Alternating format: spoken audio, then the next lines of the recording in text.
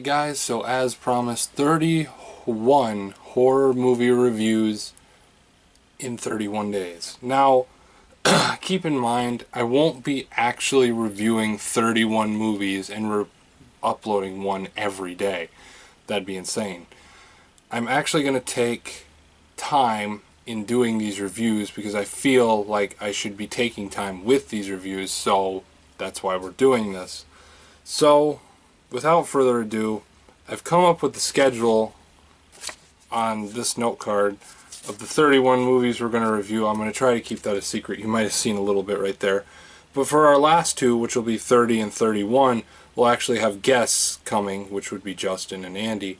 And we'll be reviewing The Predator, which is a movie that me and Justin have seen, and Andy's going to try and get to see. Otherwise, we'll just like fill him in on what happened and whatnot. He'll be that middle ground kind of person. And me and Andy will be taking on The Gallows as our 31st movie. So, yeah, without further ado, I think we're going to record about 5 today, and I'm going to try to record 5 every day until we're done.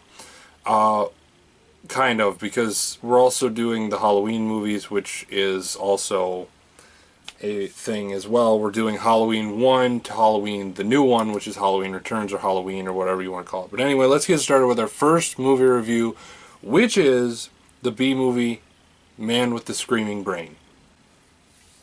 So Man with the Screaming Brain is your regular run-of-the-mill B-movie, and in fact the only reason I've seen it is in fact because Bruce Campbell's in it. To be honest, the movie is awful. I don't even know what to say about it other than it is awful. But is it hilariously awful? Yeah, and then its one endearing quality is that it's actually a fun movie to watch. It stars Bruce Campbell with a bunch of other actors who look like they haven't done anything outside of, well, yeah. But basically, it's kind of its own thing, which I like. And, I mean, I don't have a problem with it, but it's just so meh that it's not even worth existing. I mean, I get it. Bruce Campbell does a lot of B movies, and they're worth watching. But most of the time when you already know it's a B movie, you're going to dislike it, mainly due to the fact that you already know it's a B movie.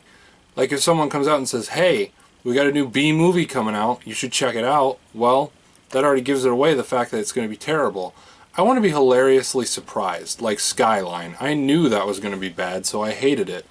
Now, other films, I don't really have an example at the time.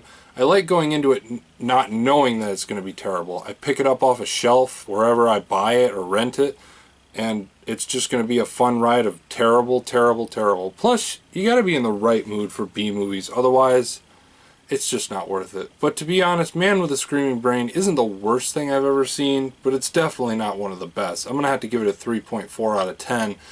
It's got a little bit of that hilariosity thing. It's kind of got the little bit of that Venom spark, but granted, it's really not that good. But, one down, guys, and now 30 to go. Well, we better get moving.